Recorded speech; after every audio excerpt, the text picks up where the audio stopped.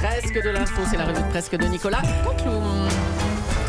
Et on revient au titre principal de l'actualité avec vous, Nikos. Et oui, ma chère Julie, ce matin, l'actu surround, on en a parlé à 8h, c'est l'augmentation du salaire minimum en Espagne. 22%, oui, 22% en plus. Alors nous allons demander, puisque Europa va plus loin, son avis à nos auditeurs espagnols.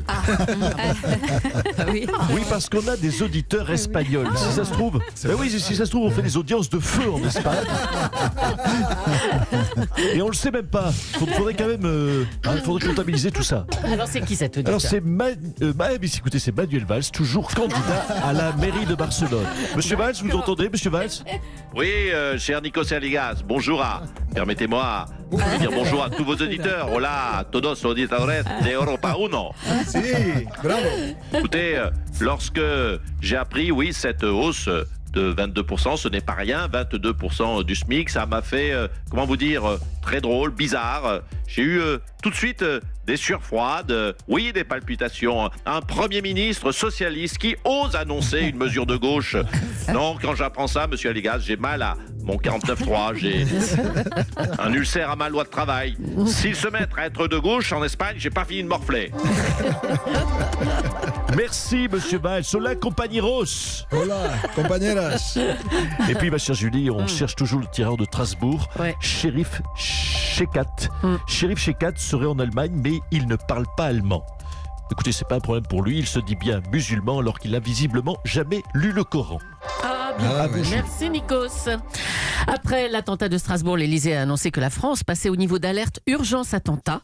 On est avec le président des Républicains. Bonjour Laurent Wauquiez. Madame Julie. Solennel. C'est ça votre réaction? C'est tout ce que vous trouvez à dire? Quoi? Vous ne trouvez pas que c'est indécent? Quoi? Une journée comme aujourd'hui, la France est sous le choc. Et tout ce que vous trouvez à faire, c'est me dire bonjour, monsieur Wauquiez. De me souhaiter, pour résumer, une bonne journée. Faites attention, prenez garde. Les Français n'oublieront pas votre réflexion. Oh, ça va. Que pensez-vous de ce passage au niveau d'alerte urgence attentat? Ah oui, d'ailleurs, ça me fait penser à une chose. Attendez un instant. Oula. Attendez, c'est quoi ce bruit? Qu'est-ce que vous faites là? Je passe en niveau alerte. Urgence récupération. Niveau d'alerte, urgence récupération, c'est cet individu, écoutez-moi bien, était fichesse. Il faut les enfermer préventivement, les fichesses. Il faut les expulser, les radicaux. Il faut interdire le salafisme. Il faut que j'aille plus vite que Marine Le Pen. Il faut que ces électeurs, pardonnez-moi, votent pour moi. Et j'aimerais vous dire une chose, c'est que... dites donc, monsieur Wauquiez. Marine Le Pen, bonjour, à vous aussi. Oui, bonjour. Monsieur Wauquiez, un peu de décence, s'il vous plaît. Les Français méritent mieux que cela, n'est-ce pas, monsieur? Et les Français méritent que cet attentat, n'est-ce pas, soit récupéré par des professionnels de la récupération. Nous, excusez-moi, madame Leclerc, mais au Rassemblement national, nous avons 45 ans. Oui, 45 ans d'expérience en récupération diverses. Donc, n'essayez pas, monsieur Wauquiez, de duper de façon éhontée nos concitoyens. Ok, merci à tous les deux. En tout cas, cet attentat sur le marché de Noël de Strasbourg agite beaucoup l'opposition. Éric Ciotti, vous êtes avec nous maintenant en direct d'un marché de Noël, c'est ça? Oui, bonjour Madame Julie. Bonjour Monsieur Bonjour Ciotti. à votre équipe, Mme Bouchard, Monsieur Cabrol, Monsieur Aliagas. Je n'aperçois pas, mais non, forcément, je suis au marché de Noël, Madame Dacosta. Je suis là pourtant. Elle est là depuis 5h du mat', attendez. Écoutez, je suis en visite sur un marché de Noël parisien et ce que je peux vous dire, c'est que malheureusement, le gouvernement n'a rien fait. Il faut oser le dire, quitte à être concomitant. C'est n'importe quoi. Alors, monsieur Ciotti, on ne va pas supprimer les marchés de Noël quand même. Mais on aurait pu empêcher cet attentat. Vous savez, très simplement, si le gouvernement interdisait très simplement les marchés de Noël, nous n'aurions pas ce type de problème. D'où je vous parle, vous savez, j'assiste à des choses scandaleuses. Je vois là ici vous voyez, vous ne voyez pas, mais il y a des cabanons où l'on vend à 20 € des barquettes de tartiflettes, excusez-moi, sans pommes de terre. C'est une honte. N'importe quoi là. Monsieur Apathy, j'ai acheté un Père Noël musical. Il a tenu 2 heures avant de rendre l'âme.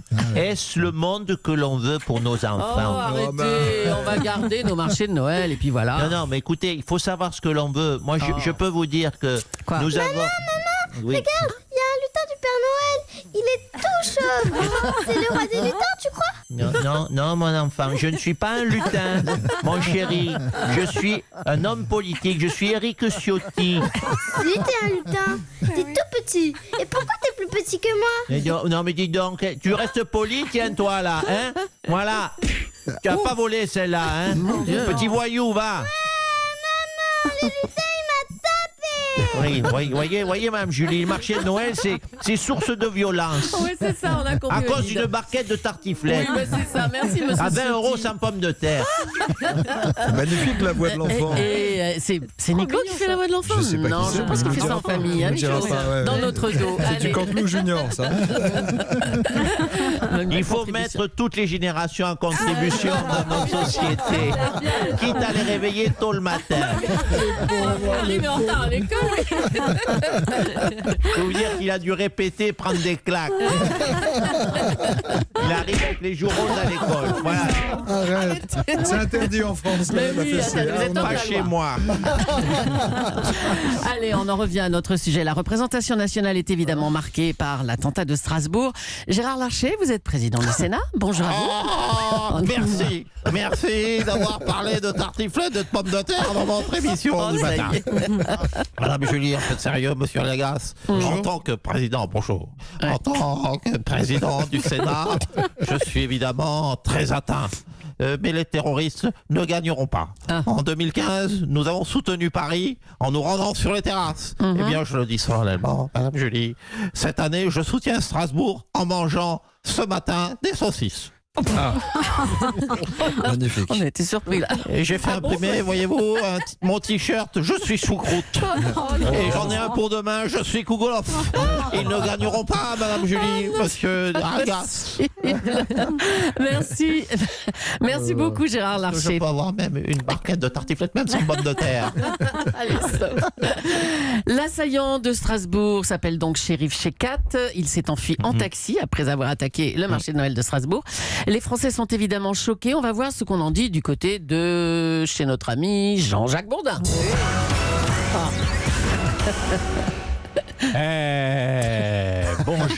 Bonjour, c'est Jean-Jacques Bourdin. Bonjour, excusez-moi. Bonjour. C'est Jean-Jacques, oui, c'est Jean-Jacques Bourdin. Bienvenue sur RMC. RMC, radio, mosquée et choucroute. Oui, ça va. C'est bien. Nous allons revenir, bien sûr, sur l'attentat du marché de Noël de Strasbourg. On est en ligne avec un témoin. Alors, quel est ce témoin Écoutez, c'est à façon exceptionnelle parce que c'est Noël. C'est Noël. Nous avons décidé de donner la parole à un renne. Oui, un renne du Père Noël. Bonjour, monsieur le renne. Ouais, salut Jacques, hein. Je sais que c'est Noël, mais non. Je suis pas Rennes, je suis René. J'ai l'accent, là. Il y a l'accent. Ah, pardon, René. C'est très drôle, c'est très drôle. Très drôle, oui. Christine, franchement, je vais pas vous tenser parce que c'est Noël. Regardez, mettez un accent, Christine. Faut arrêter le Gewürztraminer, hein, Christine. Bon, écoutez, c'est la trêve, je vais pas vous en faire plus que ça. Alors, René, excusez-la. Je me souviens, vous nous aviez contacté car c'est dans votre taxi, et ça c'était une exclue. C'est dans votre taxi. Dans le taxi de René. Que Shérif Shekat s'est enfui. C'est bien ça, c'est exclusif, René. Eh ouais, tu te rends compte, c'est moi qui l'avais dans le taxi. Je te raconte. C'est fou. Je maraudais, tu vois, avec la bagnole, dans le coin, j'avais pas de clients, je m'emmerdais, je roulais. Il y a Ouais. un type, il rentre dans mon taxi, classique, il monte, bon, le client. Et là, putain, je vois qu'il a un Colt. Ouais. Et il me dit, ouais, mais je m'appelle Shérif. Bon, alors, si tu veux, au début soupçon, mais bon, il a un Colt, il s'appelle Shérif, c'est raccord, tu vois, donc je me méfie pas, tu vois. Oui, évidemment, il s'appelle shérif, il a un col. Tout le monde aurait fait la confusion, René. Et donc, vous l'avez pris pour un shérif américain, c'est cela. Ouais. Puis après, il me dit, s'il vous plaît, monsieur, j'y vais aller à Düsseldorf, Nardinemouk, tu vois, un accent comme ça. Ouais. Là, je me dis, oh putain, toi, t'as pas l'accent du Texas. Hein. Et là, tu vois, je gamberge, je fais le lien direct. Je me dis, bon allez, j'ai compris, c'est un arabe. René, rend service à la nation. Hein. si c'est un arabe, tout le monde il sera content que tu l'as reconduit à la frontière. Eh oui, un arabe, tout le monde y sera content que tu l'as reconduit à la frontière. C'est patriote, en fait, comme réflexion, René.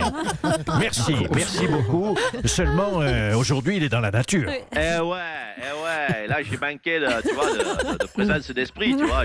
J'ai pas pensé à lui demander son adresse. Eh oui. Mais bon, là, moi, je suis au service de la nation. S'il y a besoin, je suis OK pour retourner le chercher. J'ai juste parce que j'ai l'adresse, j'ai juste besoin quand même, avant de donner l'adresse, qu'on me paye la course. Parce que c'est une course à 350 balles. Eh oui. De toute façon, il y a des réalités financières. S'il est parti là-bas pour voir 72 vierges, ah ben attends, je la connais l'Allemagne, je suis frontalier. S'il y a une Allemande qui est vierge, c'est qu'elle a la tronche de Merkel. Il va pas vouloir rester longtemps. Ça devient quoi ça? Écoutez, c'est une analyse absurde. Vous avez déjà passé la frontière, monsieur les garçons. C'est une analyse théologique intéressante. Vous êtes un expert en religion, René. Merci en tout cas de vos éclairages. À vous. C'est déjà fini, quel dommage.